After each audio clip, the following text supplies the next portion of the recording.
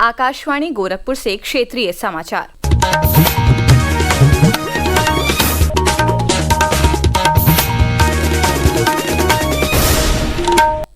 नमस्कार, समाचार बुलेटिन के साथ मैं वैष्णवी त्रिपाठी। भारतीय रिजर्व बैंक ने नीतिगत रेपो दर में 25 आधार अंकों की कमी की है। अब रेपो दर 6% हो गई है। रिजर्व बैंक ने 5 वर्ष में लगातार दूसरी बार रेपो दर घटाई है। इससे पहले फरवरी में रेपो दर कम की गई थी। आज मुंबई में रिजर्व बैंक के गवर्नर संजय मल्होत्रा ने बताया कि 6 सदस्यों की मौद्रिक समिति ने इस वित्त वर्ष की पहली बैठक में सर्वसम्मति से रेपो दर कम करने का फैसला किया। उन्होंने कहा कि खुदरा महंगाई दर 2025-26 में 4% रहने की संभावना है। श्री मल्होत्रा ने कहा कि 2025-26 के लिए सकल घरेलू उत्पाद GDP वृद्धि दर का अनुमान 6.5% किया गया है। प्रधानमंत्री नरेंद्र मोदी की अध्यक्षता में हुई केंद्रीय कैबिनेट की बैठक में आज वर्ष 2025-26 की अवधि के लिए प्रधानमंत्री कृषि सिंचाई योजना की उप योजना के रूप में कमांड क्षेत्र विकास और जल प्रबंधन के आधुनिकीकरण को मंजूरी प्रदान की गई। मुख्यमंत्री योगी आदित्यनाथ ने इस निर्णय के लिए प्रधानमंत्री का आभार जताया है। उन्होंने अपने एक्स अकाउंट पर पोस्ट के माध्यम से कहा कि यह निर्णय करोड़ों अन्नदाता किसानों को लाभान्वित करेगा। किसानों की आय में वृद्धि होगी और कृषि उत्पादकता को भी बढ़ावा मिलेगा। मुख्यमंत्री योगी आदित्यनाथ आज लखनऊ में विश्व नमोकार महामंत्र दिवस के अवसर पर जैन इंटरनेशनल ट्रेड ऑर्गेनाइजेशन द्वारा आयोजित कार्यक्रम में शामिल हुए।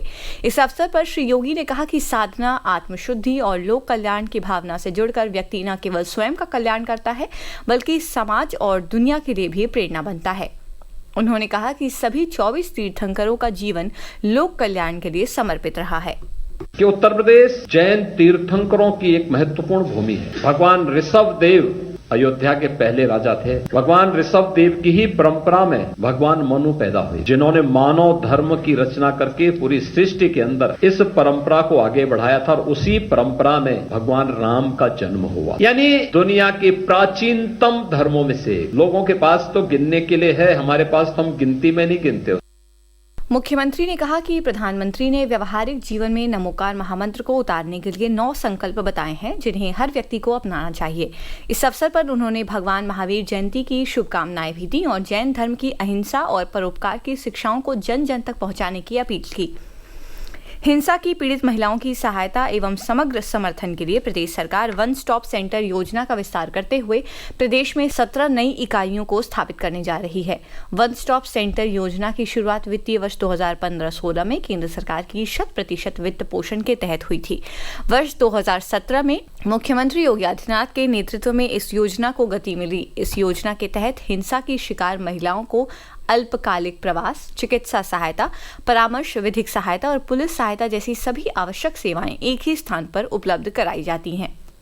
प्रधानमंत्री नरेंद्र मोदी के 11 अप्रैल को प्रस्तावित वाराणसी दौरे को लेकर तैयारियां जोर शोर से चल रही हैं। भारतीय जनता पार्टी के काशी क्षेत्र के अध्यक्ष दिलीप पटेल ने आज पत्रकारों से बातचीत में बताया कि प्रधानमंत्री 11 अप्रैल की सुबह वाराणसी आएंगे।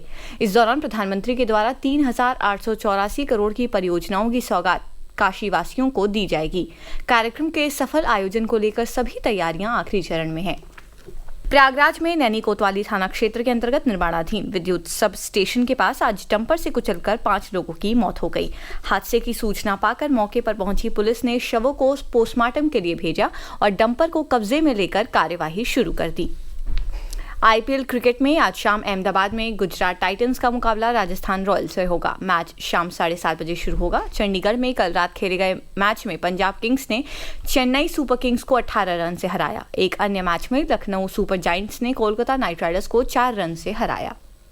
मौसम विभाग ने आज और कल प्रदेश के विभिन्न जनपदों में गरज चमक के साथ बारिश की संभावना व्यक्त की है। विभाग ने आजमगढ़, मऊ, बलिया, देवरिया, गोरखपुर, संतकबीरनगर, बस्ती, कुशीनगर, महाराजगंज, सिद्धार्थनगर, गोंडा, बलरामपुर, श्रावस्ती, अम्बेडकर नगर एवं आसपास के इलाकों में मेघ गर्जन के साथ वज्रपात की संभावना जताई है।